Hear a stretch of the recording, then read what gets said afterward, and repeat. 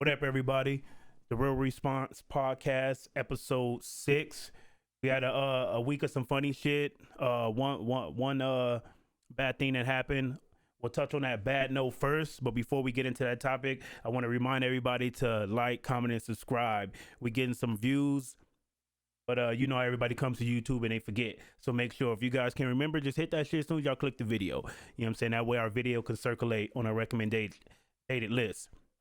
But let's hop right into this conversation about Juice Wrld. It's a real conversation to be had. We'll go ahead and say rest in peace, you know. To Juice, rest in peace to Juice. We'll give him the RIP. But there's a real conversation that has to be had with this topic. Can't address it the way everybody else wants to address it, in a form of just saying rest in peace, his family sad. All that stuff's obvious. We all know that. But there's a real conversation that has to be had, because how many artists, young artists at that, do we have fallen victim to, whether it's drugs, lean, pills, whatever it is. It's usually those in those form. Weed ain't doing nothing to nobody out here. Right. But the thing is, and I don't want to blame it all on the fans, but in a way, the fans are to blame in a sense, because when an artist finds out what's working for them, what do? They Keep continue to push out that music. Yeah. The same way if a street artist know that this street music, shoot 'em up, bang, bang, is working for him, that's what he's going to provide the fans. The fans are out here supporting this music that's funding them to go to the studio, make more music, get the drugs, take the drugs. And yeah, people is grown men, so yeah, we can't put all that accountability on the fans, but you guys got to take some type of accountability, because you guys are supporting this fucking music. And then y'all going out here and emulating it and doing the same thing and popping pills like the shit's cool. And then they don't even have enough money to...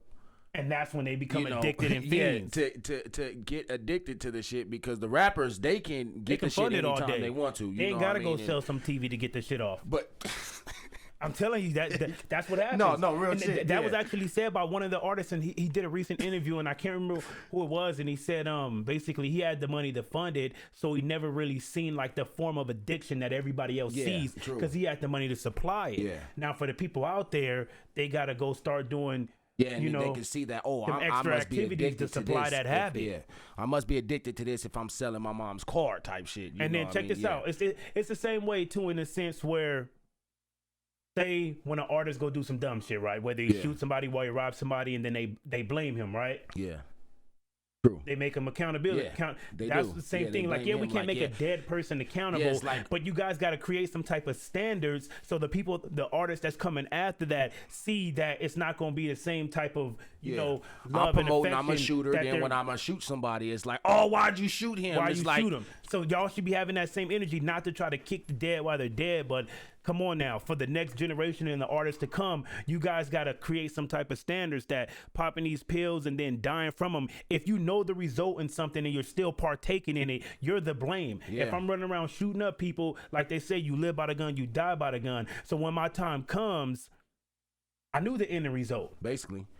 So who's to blame? I'm the blame. Yeah. These guys are out and here. It's okay for some fans to say, "Nah, bro, that ain't it." Like and that can lead a rapper into something else. Like, man, they ain't rocking with this drug shit no more. Yes, I'm about to go to somewhere else. Because like I just said a couple minutes ago, what are the artists going to do? Supply the music to the fans that's working for them. This is something Dirk just spoke about in a recent interview, where he said once he found what the fans was looking for, he keyed in on that. Mm-hmm. That's how he became back to the voice of the streets. So if the artist changed up if the fans changed up what was acceptable for the artists, we can't dictate what they rap about, but we are the ones accepting what's being given to us. So if you guys keep accepting drinking lean, popping pills as real music, you're just feeding the artists to supply that same type of shit, and they're going to be on those same type of drugs while they're in the process of making that same type of music. And that's nowhere near no damn real music. And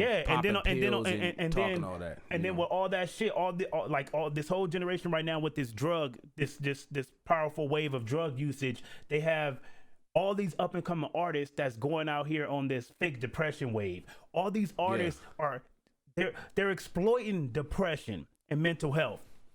You got people like Charlemagne God that's always keying in on it, and it's cool that we do got to acknowledge it, because there is, when it comes to the black culture, that we don't, key in and talk to therapists and go through that type of stuff. But they're opening this fucking door to bring a floodgate of artists that comes acting like they have depression and they fucking don't. When they're rich, exploiting that shit. They can do anything they want to do in life. But we don't want to say rich doesn't mean you don't have depression. But I'm just saying all these artists act like they're depressed. Every fucking artist that comes up that's young now act like they are really depressed, not even probably knowing the real definition or feelings of depression. They just know that they can exploit it because for some reason it's just a wave right now. Well, you ride a depression wave and you up. G Herbo's perspective on how he was fighting the demons. That's why he didn't expect it. Juice didn't expect. But they're going to say that for the artists, and I'm not, or for their friends. I'm not going to say that he's, fabricating that story. But every artist is acting like they're fucking depressed. They are. Most artists are acting like they're depressed because they know they can exploit it and it's going to bring them a bigger fan base. Right now, it's selling right now. Depression selling, and mental health is selling. This is why Charlamagne the God speaks on it in every interview. He always slides it in there. He's on his second book, and there's nothing wrong with it because we do need to bring that to the forefront. But there's people that really goes through those bad levels of depression, and you shouldn't have these artists out here exploiting it just so they can get money. That is very true. Because most artists is doing that shit, and we feel sorry for them when they die. But it's just like we and that's why I'm talking about the accountability. The accountability. Yeah, I know a dead person can't take accountability, but like I said, I'm speaking for the generations to come. We can't keep letting everybody think that it's acceptable to partake in something that brings death, and then feel sorry for that person when they die. You're popping pills, you're drinking lean, you think you're a pro at using drugs. Your body not even used to it. They drinking the lean is the downer, then they're popping the pill is the upper, and they're mixing these drugs that's probably not supposed to be mixed to that degree, and then it results in them dying. We have multiple artists in this generation recently that died from Lil Peep, the fucking Fredo Santana, and he been to the hospital a couple times off of seizures. Exactly, and kept saying we almost lost Wayne and Ross.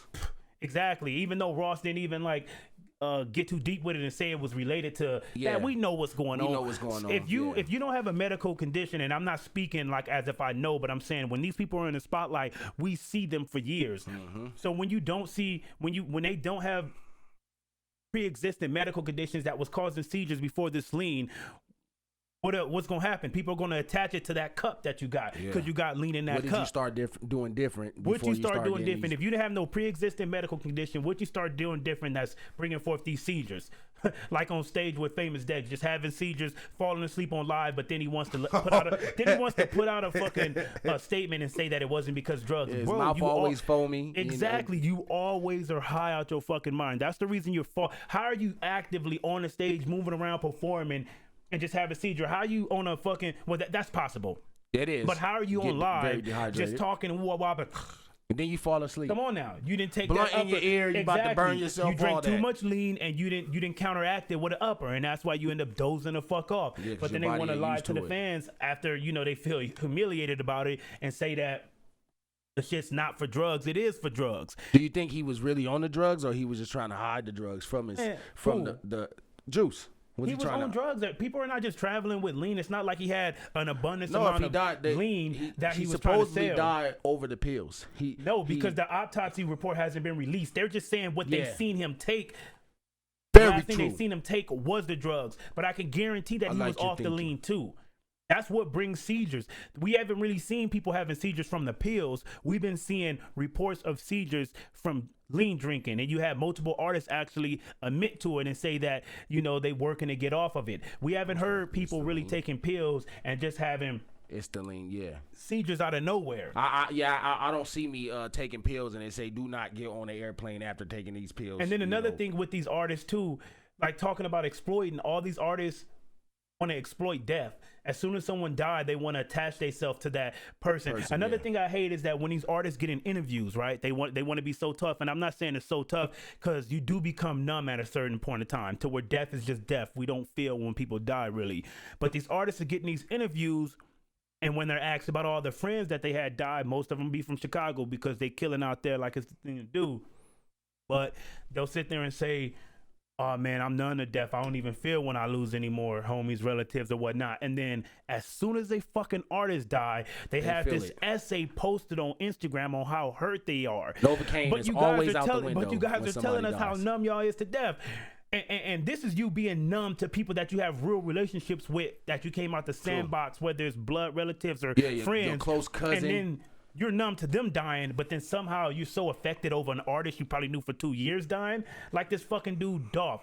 Dolph just put a post up on Instagram talking about he found out that he was related to Juice Wrld in 2017 at a Thanksgiving dinner, but somehow now you want to mention it when a dude dies 2 years later, and even start the post off saying you feel weird even putting this on Instagram. Because why you didn't stop right there? Yeah. Why you didn't stop right there? You should have stopped, kept you know it with your family, kept it heart to heart. You're exploiting this man's death. You know y'all come y'all make two different type of musics, right? They may come from a similar background where it's the streets, but they don't make the same type of music. So he knows if he taps in with Juice Wrld fan base, he's gonna steal some of his fans based on his fans can't attach to Juice Wrld no more. So let's attach to his relative that steals rap. Who's blood relative. How the fuck could you find out that you was related to this guy and 2 not years hit him ago? Up right y'all and both there. famous and y'all don't have no communications. Cool, y'all don't have a relationship. That's respected, but don't try to create that imaginary relationship now. Once the man is dead. The post is he even put him in the Wraith how he wanted to. He couldn't even put him in the Ferrari. If you really wanted to do that, you would have did it right then and there. So it didn't have to take death to it's do like this. Everybody exploits everything today, whether it's death, whether it's depression, whether it's drug use. They all want to exploit this shit. I understand everybody trying to get to a milli, but you guys gotta have some morals. It's not that way, man. Yeah, y'all gotta have some morals. Like how the fuck? There's no way. Like if I was, don't even have to be famous. If I know that I got a cousin and we're both in the same, field of work and we both made it, and I found out we relatives, I'm tapping in with you. What up, bro? How's it on your side? I'm tapping in with you. I'm not gonna wait till you died and tap in and put a whole essay up on Instagram. Not that. You looking for clout, and these guys got to stop looking for clout. Looking for clout. And another thing is, and I don't want to like shit on Juice Wrld because I'm not doing that, but you guys are like changing the meaning of words. And when I say you guys, I'm talking about you fans. Y'all want to call everybody a legend as soon as they fucking drop a song that you guys like. Y'all in the comments calling somebody a GOAT. This dude is not a legend. And Dirk had a recent interview with Complex, and he said something that you guys probably need to listen to and understand. He called him an icon, and that's what you guys need to realize. There's a difference. An icon. There's a difference from an icon and a legend. Somebody can be an icon to you. That does not put them in the realm of a legend. And you guys got to stop attaching legend to everybody y'all love because they made a great album. It's the same way how an album comes out and they listen to it once and say that it's a classic. No, there's no way. Jay-Z even touched it on an interview where he said you can't label something a classic with one listen. You can't do that. But these motherfuckers out here are just changing the meaning, which is basically in a way disrespecting the ones before them that actually went through everything they went through to earn that legend status. And now if you guys are just throwing everybody on that pedestal right away, you guys are basically disrespecting the forefathers that actually earned that status. Call the people you love an icon. They could be an icon to you. Everybody's not a fucking legend. Especially, and that's one thing you guys gotta understand. Right, for right now, it's that the young cats they just gonna be icons. I don't believe they. That's what it is. Let them be icons. They make good music and they could be iconic to their fans. They're just not legend. But the main key I want you guys to all get from this is accountability. You guys gotta like. Y'all always in these artists' comments tell them to get off they drugs. They got to take accountability. When they die, fuck it, you're dead. You took drugs knowing where that shit was going to lead to. The same way if a gunman is out there shooting and always in drive-bys and shootouts, it's going to lead to death. The same way when you drug dealing, it's going to lead to death or prison. When you know the ending of a road and you still take it, you make that decision. Take accountability. We don't got to disrespect no dead people, but motherfuckers I can't be feeling sorry for people that knowing what they're getting themselves into, and then when that shit is smack dab in their face. It's basically stabbing yourself in the heart. It's like, hey, you're going to die soon. You know what's going to happen from this. So you know what you're going to do. Like, people just have to, y'all got to stop accepting anything that's given to you guys. Getting crazy. You guys got to stop accepting that type of music. Y'all guys got to stop taking accountability. And what y'all got to do is go in the comments and tell your fucking favorite artist when was Being Junkie cool. Yeah. Being a junkie was never fucking cool. So we need to stop condoning the use of drugs. They're abusing it, and it's resulting to their death. Stop being fucking junkies. If you on pills nodding off on a fucking live, you a junkie. Doesn't matter if you ain't out there selling the VCR. You a fucking junkie. That's just the end of it. That's it. That's it. Fucking junkies. They always been promoting this, you know, like the junkie shit kind of always been promoting it. Right now, it's just like marketable to just put out there to the young kids, you know, because who's been always speaking about popping pills, going crazy, and doing things? Eminem, you know.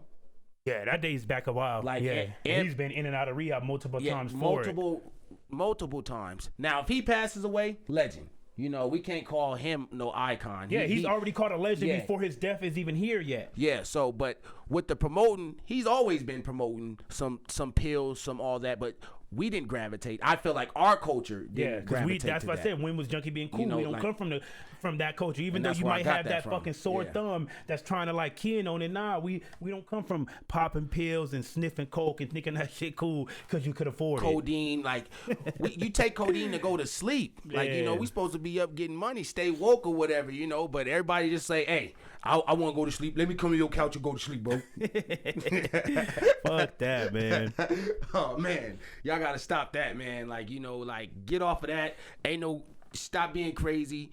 Know what an icon and a legend is, and if how I feel about it, if your artist is gonna be a voice to you, you be a voice to your artist. Exactly. You know, right. That we always get from the artists talking about they listen to the fans, they keying on the comments, they pay attention to all that. Well, get on their fucking head about being a junkie. Tell them I'm tired of listening to the junkie. I like your music. Start rapping about shit that's not being a fucking junkie. Yeah, then everything be cool.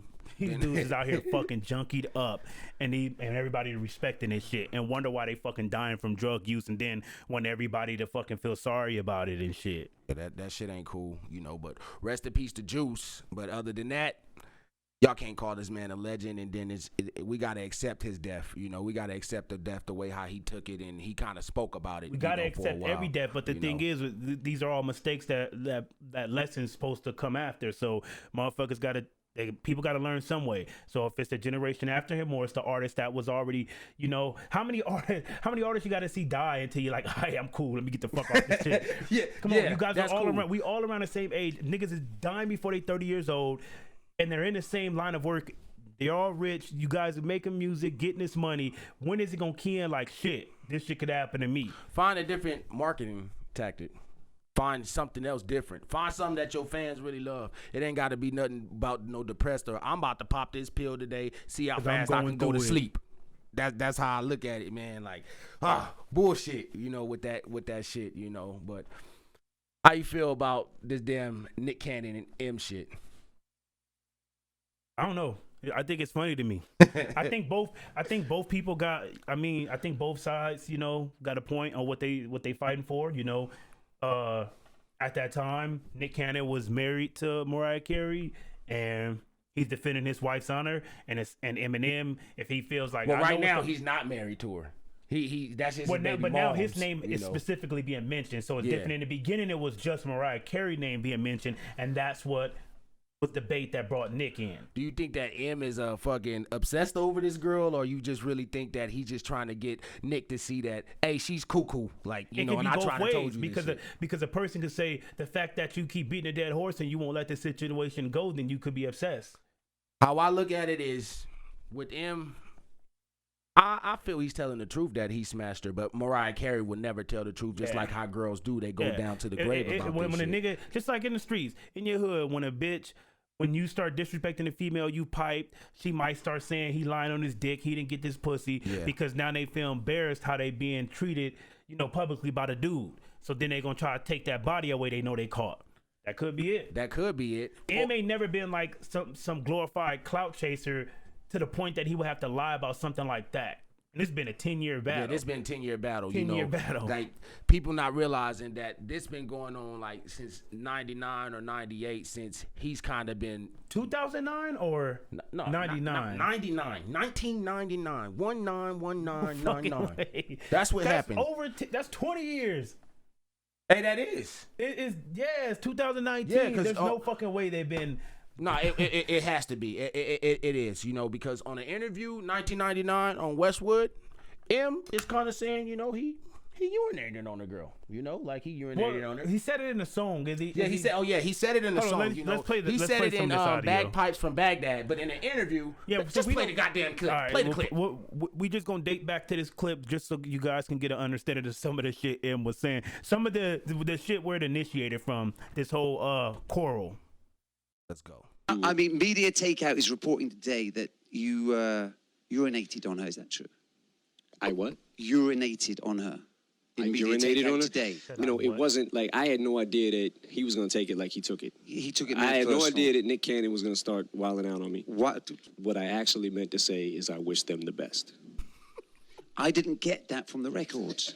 But that's what I meant to say. No, I listened to. I just couldn't hear that. I tried. Really? I didn't hear it. Wow. Where did it come from? Completely. Where did I? Was that? Missed that completely. Now, it's clearly M sounding very sarcastic over this. Yeah. But, okay, Nick has the right to pull up on you and speak on why are you speaking on my wife. Then saying you urinated her. Okay. That should have been expected. You talking like that in a rap song, you should know that that's going to bring forth this energy of aggression. Yeah. Though. So, M, that was super cat back then, but you know, he's just doing it, you know, just to say the shit and being sarcastic. This nigga said, I did not know. You should have known he was going to press him. Start wilding out on me. If this been going on back and forth, I don't understand with this new song with Fat Joe. Why would you even bring this up right now? Even though you explaining that she's cuckoo, okay, let Nick. But supposedly Nick was the last one that like zeroed in on something with Eminem in one of his like recent interviews. It might have been with Vlad. And Eminem just don't rush to the studio for responses.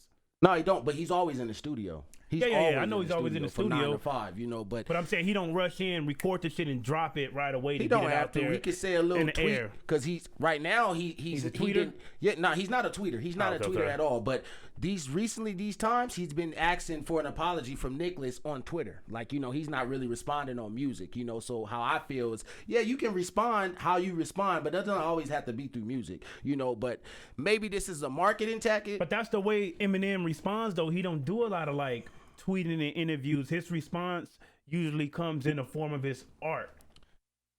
True. That's very true. You never see him run to an interview just to clarify something. He takes it to the booth. Even though it may not be in a timely fashion for the people, that's where he takes it, is to the booth. He probably doesn't get a lot of interviews. He's like, you know, he's just not a talkative person. Like, especially now. He has more interviews back in the days than he does now. So do you think this is a tactic for Nick is trying to get him on WildnOut? Or he's just trying to get close to him to whoop that ass because you've been speaking about my baby moms? I think in the beginning, he was.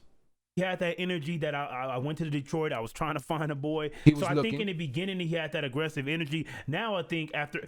Because it's like this, you're not gonna be chasing somebody for so long trying to fight them, and we're all men. Eventually, you're gonna know this motherfucker don't want to fight. Supposedly, Marshall keeps a lot of marshals by him. We'll leave it. Basically, if you're not gonna chase somebody around the world trying to fight them, after you see that they're not giving you back that same aggressive energy, let's just make it. Now it's all fun and games. So I think in the beginning, initially, he was trying to fight the guy, but now. Okay, he's more on some business shit. He's even bigger than what he was then, with more talk shows and business behind the scenes. True. So he's not really worried about trying to give off the image of a fighter now. So now I think it might be backed up by the promotion of trying to get Eminem to WildnOut. That'd be, in his mind, that'd be legendary for a show. If it is, then I believe Nick should voice that to the people to make it, for it won't seem like, okay, you still doing this. You can't give it that easy though. He can't. But how I feel is you kind of being soft because you trying to stick up for your baby moms. But it's not just directly related to his baby moms now, because when he speaks, he still keys in on Nick name. Yeah, that's true. You're still mentioning me now. This goes back. This is just in life. Like, you could never predict how the next person is going to respond. Every action brings forth the reaction, and you cannot be the one to determine what that person's reaction is going to be. You can walk up the street and sock a dude, and you can't say it's only fair that he socked me back. What if his reaction, whip out the strap and bust you? You cannot predict what their reaction is going to be. So if he's still mentioning Nick, you cannot tell that man what's the acceptable reaction to give. It's the same way when Drake and and Pusha T was beefing, and they try to say Pusha T went too hard by speaking on 40 disease he has, but Pusha said, you crossed the line when you spoke on my wife. You can't tell me what the guidelines is now and tell me I have to stay in that guideline you created. No, you cannot predict someone else's reaction. You might not be in agreement with it, but you can't predict it. And you can't say that it's wrong or not. Everybody has the right to react the way they feel is worthy. That's very true. See what I'm Very saying? true. Yeah. Very true. But Nick dropped one video, then dropped another video, didn't speak on the video. Then you know Suge Knight's on the video on the song I haven't as well. even seen it. Calling Eminem's a bitch. Like he's trying to push Eminem, telling him to fight. Like that's just all uncalled for. I don't even understand why Suge's on that shit, but how I look at this shit is this shit's been going on for years. 20 now. If you say in 1999, this shit is dated back 20 years. This shit's been going on for years, and I think M probably could have settled this, but now it's just like, hey, I'm gonna speak the way how you said. I'm gonna speak when I want to speak, know. But maybe he's gonna drop another album after this. Maybe so. A lot of time people gearing up for product. Yeah. Gear up to put product out there. One of the things that I find hilarious is the way the world views Nick. It's like this man can't win for nothing. Every song he drops his shit to the world. This beef is at 600, almost 700,000 dislikes. He don't even have 100,000 likes, right? No, he That's doesn't. bad. And most of the time, when it comes to YouTube videos, the dislikes outweighs the likes when it's like clickbait. Clout chasing in the title. So that's just something, hilarious to see. The fucking scale of those likes versus the dislikes. That's just crazy. That's just Eminem fans. But then a lot of people like to view Nick. They put him in his box of just being like some Nickelodeon kid because he don't like actively, or not even actively because he never had, but he just doesn't participate in street rapping about shooting people and fighting. So then that makes people that's like not from the streets think that this man can't still be a man. There's a difference from being a street nigga and a real nigga. You could be a street nigga, and that's when you run around shooting up shit, on the block, selling drugs, street shit. Yep. But you could still be a man and stand up for your morals. Still want to fight a man if you feel they crossed that boundary line that you created. You don't have to be a street nigga just to be willing to stand up for something. And I think basically like the course of his career, because he hasn't talked about certain things that other artists talk about, they automatically they exclude him from being a man. That's what's really going on. But then you have these other artists that's rapping about this shit daily, and then they running when it's time for a fade. So come on now, we can't be out here grading shit based on what somebody rap about, because rap about is just entertainment. Right. Off of every situation Nick's been in, he's been a man. He gets respect from everybody he deals with on a business level and a personal level, and that has to come from the aura he gives off that they know that he's a man. Yeah. He don't got to be rapping about street shit. Eminem don't fucking rap about shooting niggas in street shit. Nah, he raps about having his baby mama dead in the car, like driving around for crazy several white hours. man shit. So that just seems to me kind of crazy what he raps about. But what you saying about Nick, honestly true. Like, but everybody's saying that M is going to kill him. I don't care if he's going to kill him. He's a bar for a bar, but Nick Cannon isn't a bar for a bar rapper. Yeah, it's not about he's rap on with some Nick entertainment Cannon. shit. Yeah, it's not about he's on some rap. Entertainment and truthful entertainment shit, not just lyrical miracle, spherical type of stuff. He ain't doing all that. He's not doing all that. But if we go down the list, who Eminem's been beefing with, which is Vanilla Ice, Ja Rule, MGK, Nick Cannon, Mariah Carey, he's not really battling with nobody that's like really lyrical. His caliber. Exactly. And his caliber. So it's like it's expected for we him to know win those that type Nick of is battles. losing. So Nick is just being a man for standing up for himself right now. I just don't know if it's for it to get this man to get on WildnOut, since M, it will bring a lot of numbers in and whatever. That's but for sure. It's like, and I'm for that though. Yeah, like, I'm all they always for it saying too. Do shit I'm for the all for culture. it. I don't even really watch You guys WildnOut have like a that. 20-year feud. That shit should end on WildnOut. If it's not gonna end in a celebrity boxing match on some serious note, then it should end on a funny note. on the comedic side, and they should do it on WildnOut. Yeah, like pick one. If y'all ain't gonna do the boxing, let that shit end on WildnOut. Because if he's if M's obsessed, then he's obsessed. But hey, then that's obsessed. Everybody has probably obsession over something. I ain't saying over someone, but over something. People out here be obsessed. Yeah, obsessed. People do a lot of dumb things over obsessions. So who knows? But with this M thing and Nick, we gotta just watch this out to see if it's gonna be for WildnOut or if it's gonna be from some real. Nick's down. It's all about him. If he's gonna step up to the plate, batter up. With everybody, with the fans and all this saying that he's gonna kill Nick in a battle, Nick Cannon already lost. We know that. We know from lyrically way. We know that with music. No one's disputing who's gonna win in a lyrical rap battle. Let's listen to what Nick's saying in the lyrics. If Nick is saying some true shit in the lyrics that M can't really speak on, just like. But that's the way you already about to open up that can of we know what's in that can. Yeah. It doesn't even matter if he's speaking the real because this is the same exact shit with Meek and Drake, and Meek still lost the battle. Granted, Back to Back was a good diss track, but the fact that Meek said a lot of real shit that motherfuckers overlooked because they wasn't looking at it in the sense of, back in the days, rap battles was who could say some of the most crazy / real shit on that artist, not who could just say some clever, bars like they want to keep giving him. You hear what he said? He said he'd come down, burn your house and your Merm's house. No, we ain't listen to that. I want to hear facts that you ran and you got basically how Meek said you got pissed on. You got slapped by a 40-year-old man named Diddy. And it's but like none of that stuff gets everybody looks over that. They looks over that like, yeah, right. So what? Y'all trying to hear the bars when it comes to music. But nah, how I look at it, like if Nick says some real shit, you lost. And how I feel Nick came at him like he'd do on 8 Mile is I'm going to speak on all the real shit for you don't really have nothing to say to me, Eminem. That's probably the best tactic to approach the battle with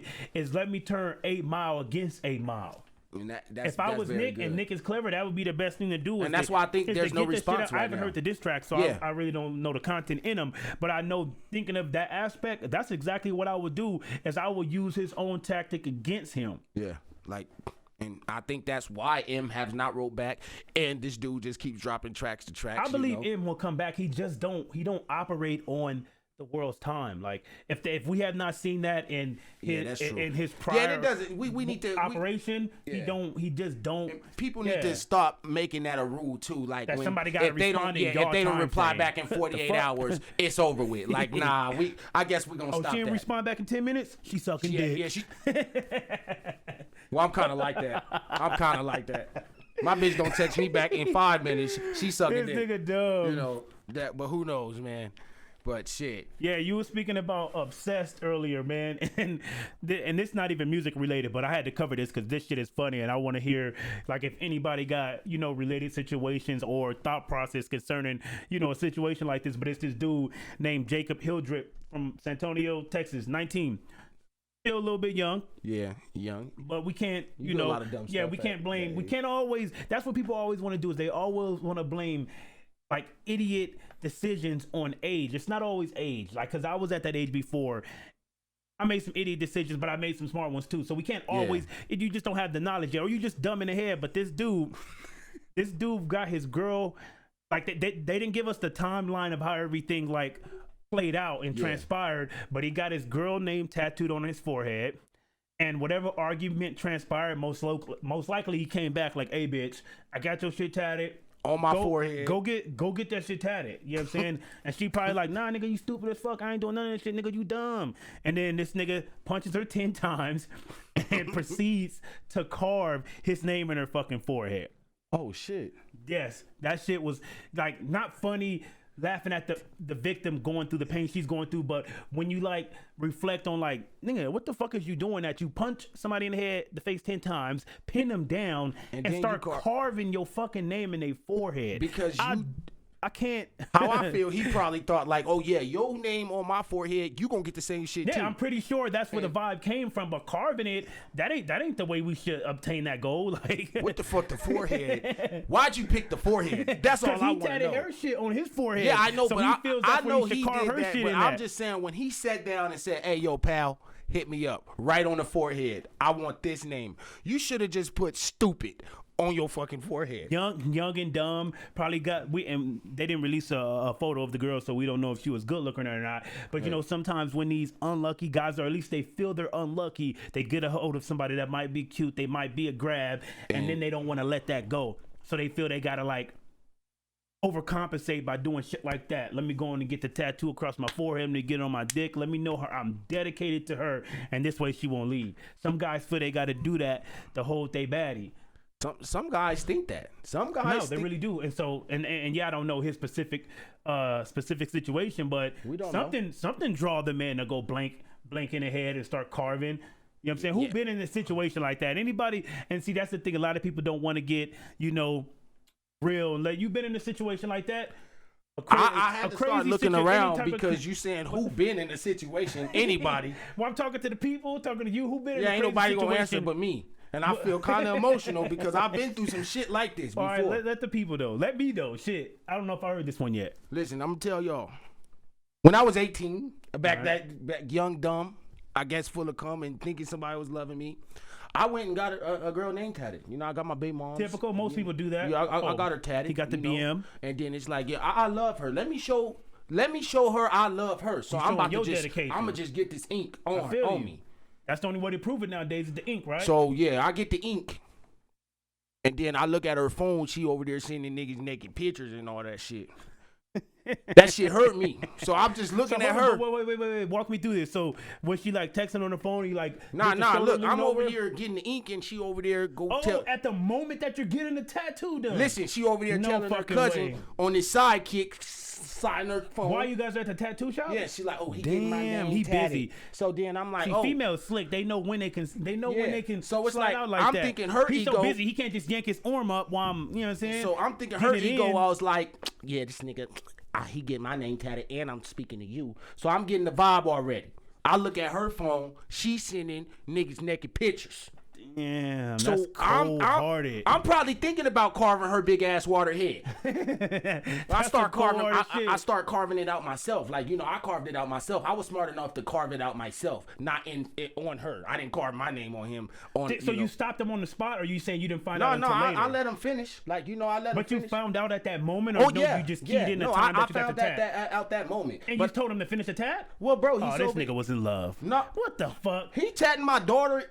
No excuses. I'm saying you found out. So what I'm supposed to do? Tell the nigga like tattoo, nigga, right now, cover up. Nah, it wasn't mainly like that. On but the it's spot just like that your girl is. It's okay. You know what I'm saying? No, stepping listen, out on you and you like go ahead and finish this. Me. This gonna prove I still love her. I'm assuming like maybe this is what she's doing, but I'm hoping she's not. But you're how can you come up with an assumption that somebody's sending naked pictures? Like, because I'm like, I know she's not doing this in front of me, so I had to get confirmation. Later on that day, I got the confirmation that she was doing that. I mean, not even later on in that day, the same hour, because the ink was brand new, So like I'm saying, you did the time. You checked on the time of her messages and the time you got the tat. You didn't find out why you guys were inside the tattoo parlor? No, I didn't find out right there. That's but what I'm saying. letting her finish the tat. No, what the fuck? You know, like when you sitting there and you see somebody next to you, you see what they sending on your phone. Oh, she was that close to you. Yeah, you know, because she trying to see if a nigga really getting a name. Damn, but besides the point, that shit hurt. Him like Gullible Willie. Yeah, you know, like that. But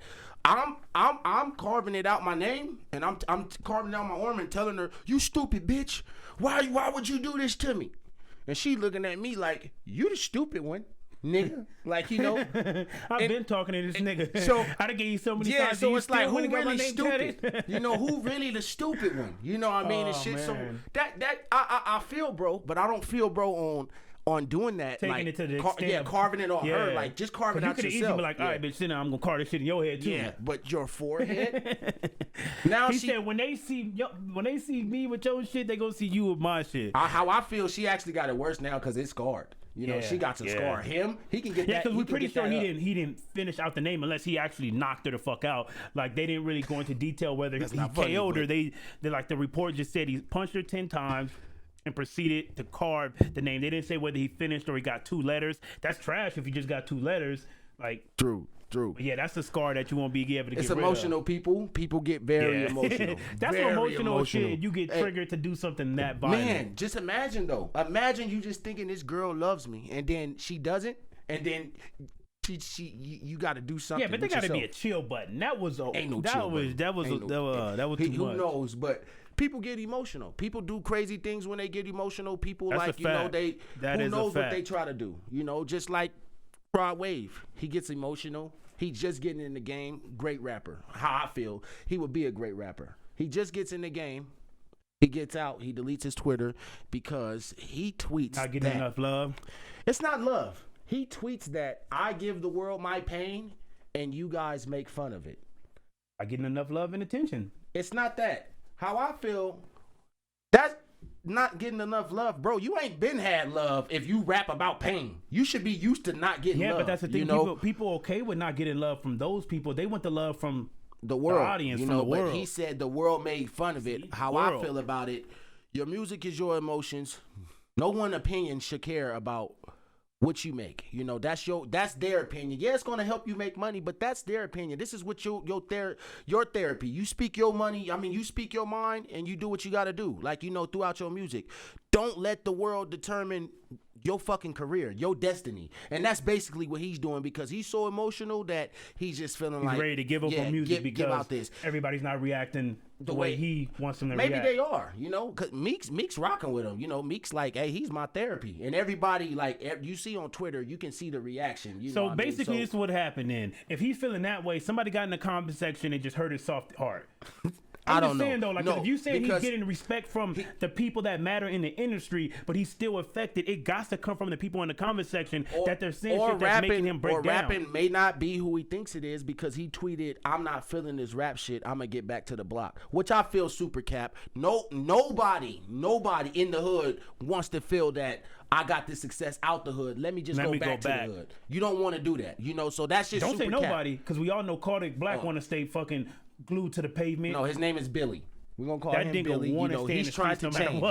Yeah. But it's still like you basically saying, okay, let me just walk myself right back into jail or walk myself right back into hell. But how I feel about it is just like, come on, Rob, you super cap, and don't let how you saying somebody got in his feelings, but it's just like, nah, maybe he just don't think that rapping is what it is. Maybe he just thought this was the big dream, but then it's really not, because when the lights and cameras go off, you do probably go back to your regular kind of life, or a different life that's not really as like how people just be so happy, and then when you really get on that roller coaster, or just like the Popeye chicken sandwich, when you bite into it, it's not really that exciting how everybody thought it was, So because motherfuckers be building shit up. Maybe he feels that way, and he's just like, I'm done with this shit. But my perspective on it is like, bro, stop this shit. You emotional person. You go in that studio, you make your money, and you got a talent that nobody makes money off of, and then you gonna sit there and say, basically what he's saying is, I made my pain some money and y'all made fun of it. Let me stop this shit. Well, he should learn from Kevin Hart, because Kevin Hart going around getting rich got motherfuckers laughing at his pain. Yeah. Basically. Thank you. Use everything we go through, we're supposed to use it to prosper. Everything. That's it. Everything's a learning lesson, and that's why they always tell comedians, give them your pain. True. You've been through it. That's a form of artistry. That's what the artist is doing. But the thing is, the internet has fucked up everybody's mind that people don't know how to operate without it or outside of it. So as soon as they're not getting like the comments or the attention, or in their mind the respect they think they deserve from the internet, motherfuckers start breaking down. Yeah. They need to, like Meek said, sometimes just cut that motherfucking shit off. And get back to your focus. Exactly. Stop getting so attached to the internet that you guys could not function without it, because then it calls you guys breaking down like this, and you breaking down like that is only going to put you in a bad mental state to where you can't make the music you want. Yeah, pain helps you make music, but when you're like reaching a form of a mental breakdown, you're not going to be able to be your best self. Yeah, so people need to stop letting the internet have that much control over their well-being and over their mind. True. Motherfuckers lose that way. You lose. Whenever the internet wins, money, you lose and listen, against you lose. When what you saying? Whenever the internet wins, the internet's always going to win. You got to learn. No. The internet's always going to win when it comes to like internet life. The narrative they create. They don't always got to win towards that individual because nothing affects you. You could just hit the home button, hit the power button. They don't win against you. And come back harder. Exactly. They don't win against you. If you don't fall victim to the internet waves, they don't win against you. They win on a narrative they create because, like they say, why believe the truth of a lie is more entertaining. So whatever lie is created based on the memes that's going viral, they'll win in that sense. Like the shit what Meek was going through when they were all saying Meek is finished. He even had some of his homies from Philly saying Meek done, all that shit. This is the internet talking.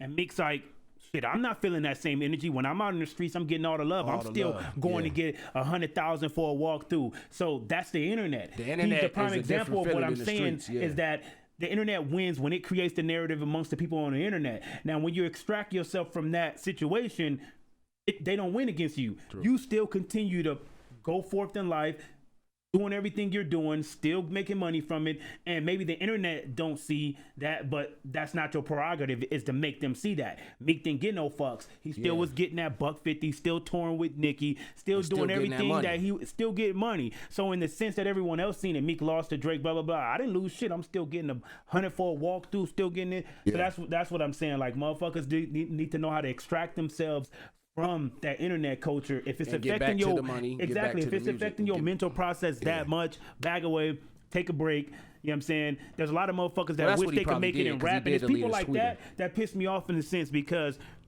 you motherfuckers make it and y'all be so entitled, so ungrateful and entitled that y'all believe people are supposed to give you a certain type of love or respect, but you guys don't appreciate that you guys made it that without that love in the beginning. Exactly. Your music is out there to the world. Maybe not the whole world, but a big enough audience that you're able to actually make money from it and live. And you guys don't be grateful for that. Be grateful for that shit, because there's people out here still struggling to get their shit heard. And it's motherfuckers like you that make it and just be so ungrateful because everybody ain't sucking y'all dick. You can't do that shit. You gotta be grateful for what you have, you know. And love what you get, basically. Just love what you get and take it and work with it, because at the end of it, you started with nothing, and you had critics in the beginning. Your family criticized you. Don't you think that rapping ain't gonna work? You need to get a job, nigga. Like, you know, so you already had that. You already embraced that by your family, who you thought was going to be there, and now you just gonna let these strangers do it. So how I feel about it, Rob, if you gonna be this emotional and maybe the rap game ain't for you, you probably gotta go back to the block. Maybe you doing what you don't love to do. Yeah. So usually when people love what they do, they ain't gonna care what nobody. They're gonna try their best to jump over all the hurdles, get through all the obstacles, because they're doing what they love to do, and they know that it's a struggle that comes with that when you're chasing your passion. So maybe you gotta take a step back, you know. Find out your passion. See what it if rap ain't your passion, maybe you got to reevaluate. Maybe ghostwriting what might be your passion. Yeah, there's a lot of motherfuckers that ghostwrite. That way they stay out the light. I rap and shit, you get that money. You know. Yeah, so maybe that's what you got to see. Hell yeah. Figure that out. But we're gonna go ahead and close this down, man. Great episode 6. If y'all made it this far and still didn't hit that like, still didn't hit that subscribe, we still stop appreciate fucking watching you. And hit that fucking button. No. We need them to hit that button. We need our shit floating through. You know. Make sure you hit that like and hit the bell. Make sure y'all hit that bell. That way y'all get the notification get that first as soon as y'all see our shit. But episode 6 in the books. We out. It's the Real Response Podcast. R. Peace out. Peace.